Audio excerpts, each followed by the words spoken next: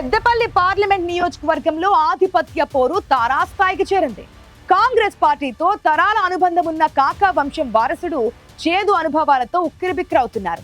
తొలిసారి ఎంపీగా గెలిచిన గడ్డం వంశీకృష్ణకు సొంత పార్టీ నేతలు, అధికారుల నుంచే అవమానాలు, వివక్ష ఎదురవుతుండడం రాజకీయ వర్గాల్లో హాట్ టాపిక్ గా మారింది. అనుభవం లేదని సీనియర్లు ఆడుకుంటున్నారా? కాకా మనవడే ఈ పరిస్థితి కొని తెచ్చుకున్నారా?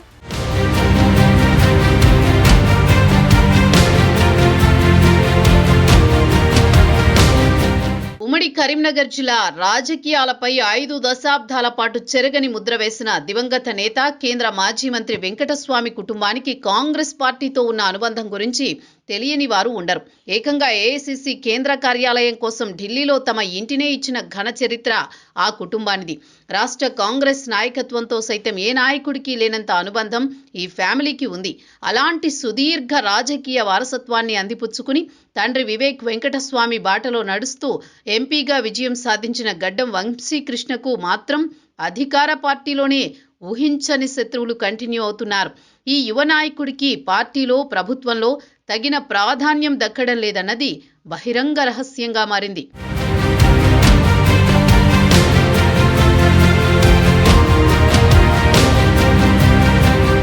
వెంకటస్వామి మనవడిగా రాజకీయ అరంగేట్రం చేశారు వంశీకృష్ణ.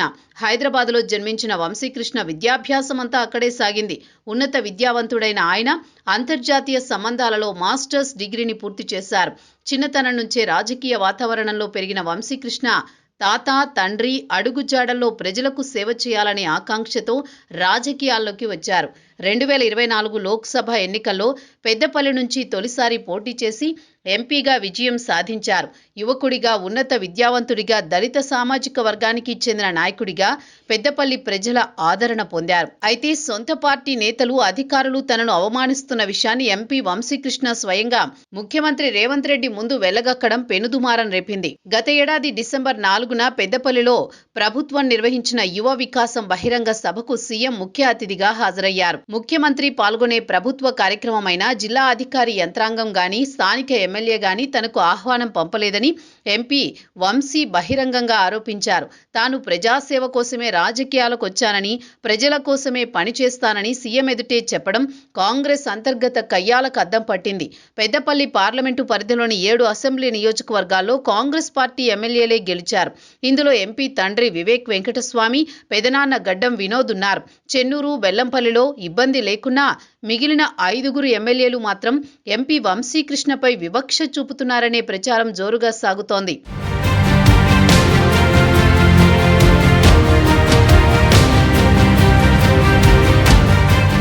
ఎమ్మెల్యేలు తనకు తగిన ప్రాధాన్యం ఇవ్వడం లేదని, ప్రభుత్వ, పార్టీ కార్యక్రమాల్లో ప్రోటోకాల్ పాటించడం లేదని వంశీకృష్ణ అంటున్నారు. ఎంపీనే తమను కలుపుకొని పోవడం లేదని మిగిలిన 5 ఎమ్మెల్యేలు అంటున్నారు. మంత్రులు నియోజకవర్గ పర్యటనకు వచ్చినప్పుడు సైతం స్థానిక ఎంపీ వంశీకృష్ణను ఆహ్వానించడం లేదట. కనీసం తమ పర్యటన వివరాలను కూడా ఆయనతో పంచుకోవడం లేదని పార్టీలో టాక్ వినిపిస్తోంది. అంతేకాకుండా అధికారులు కూడా ఎంపీకి ఇవ్వాల్సిన ప్రోటోకాల్ను ఉద్దేశపూర్వకంగా విస్మరిస్తోన్న విషయం పలు సందర్భాల్లో బయటపడింది. ఇటీవల కాంగ్రెస్ ప్రభుత్వం అట్టహాసంగా నిర్వహించిన సరస్వతీ నదీ పుష్కరాల విషయంలోనూ ఎంపీ వంశీకృష్ణకు అవమానం తప్పలేదనే చర్చ జరిగింది. పెద్దపల్లి పార్లమెంటు పరిధిలోని మంతెనలో జరిగిన కార్యక్రమానికి సీఎం సహా పలువురు మంత్రులు హాజరయ్యారు. అయితే ఎంపీ వంశీకృష్ణకు ఆహ్వానం అందలేదని ఆయన అనుచరులు ముఖ్యమంత్రి ముందే ప్లకార్డులు ప్రదర్శించి నిరసన వ్యక్తం చేశారు. అధికారిక ఫ్లెక్సీల్లో సైతం ఎంపీ ఫోటో లేకపోవడం వివాదాస్పదమైంది. జిల్లాలో దళిత ఎంపీని అవమానపరుస్తున్నారని వంశీకృష్ణ అనుచరులు ఆందోళనకు దిగారు. తాజాగా ఇందిరమ్మ చీరల పంపిణీ కార్యక్రమంలోనూ ఎంపీ పేరును ఆహ్వాన పత్రాల్లో చేర్చకపోవడంపై ఆయన అనుచరులు మండిపడ్డారు. సీఎం రేవంత్ రెడ్డికి ఎంపీ వంశీ అత్యంత సన్నిహితుడని, నియోజకవర్గ సమస్యలు నేరుగా సీఎం దృష్టికి తీసుకువెళతారనే ప్రచారం ఉంది. అందుకే కొందరు నేతలు ఆయనను వ్యతిరేకిస్తున్నారనే అభిప్రాయం ఉంది. జిల్లా మంత్రి దుద్దిళ్ల శ్రీధర్ బాబుతో వంశీకృష్ణకు అంతర్గత విభేదాలున్నాయని, మంత్రి మాటను ఎంపీ లెక్క చెయ్యరనే టాక్ కూడా ఉంది. ఈ కారణంగానే ప్రోటోకాల్ విషయంలో వివక్ష జరుగుతోందని అంటున్నారు. నవంబర్ 24న జరిగిన ఇందిరమ్మ చీరల పంపిణీ కార్యక్రమంలో పాల్గొన్న మంత్రి శ్రీధర్ బాబు సమావేశానికి కూడా ఎంపీని ఆహ్వానించలేదు. గతంలో కాళేశ్వరం పుష్కరాల సందర్భంగా ఏర్పాటు చేసిన ప్రభుత్వ ఫ్లెక్సీల్లోనూ ఎంపీ వంశీకృష్ణ ఫోటో కనిపించలేదు.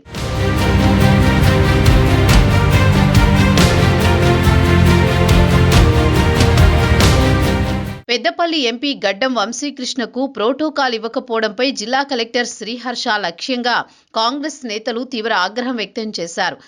పదే ప్రోటోకాల్ ఉల్లంఘన జరుగుతుండటంతో కలెక్టర్పై చీఫ్ సెక్రటరీకి ఫిర్యాదు చేశారు.